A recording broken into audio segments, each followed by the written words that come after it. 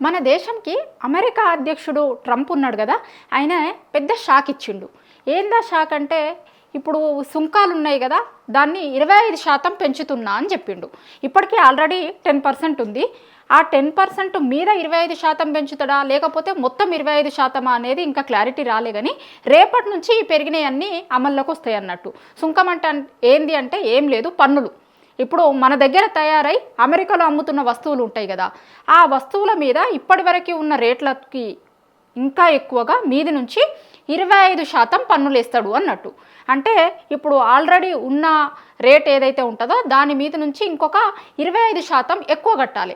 దీనివల్ల ఏం నష్టమవుతుంది ఇండియాకు అంటే, ఇప్పుడు అక్కడికి పోయిన తర్వాత అక్కడున్న రేటు కంటే మళ్ళీ 25% రేటు ఎక్కువ పన్నుల రూపంలో కట్టాలి కదా.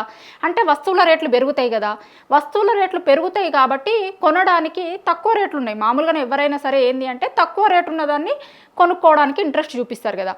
వీళ్ళు ఉన్న రేటుతో పాటు మీది నుంచి 25% పన్నులు వేసేసరికి రేట్లు పెరుగుతాయి కాబట్టి ఆటోమేటిక్గానే కొనడం అనేది తగ్గుతుంది అన్నట్టు. సో ఇది జరగబోతుంది ఓవరాల్గా చెప్పుకోవాలంటే.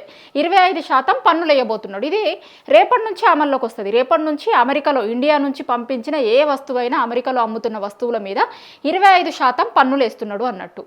ఒక దిక్కు ఇండియా మాకు మిత్రదేశం అని అనుకుంటూనే ఇప్పుడు 25% పన్నుల్ని పెంచిండు. చూడాలి మరి మన దేశం వాళ్ళు ఎట్లా రెస్పాండ్ అవుతారు అని.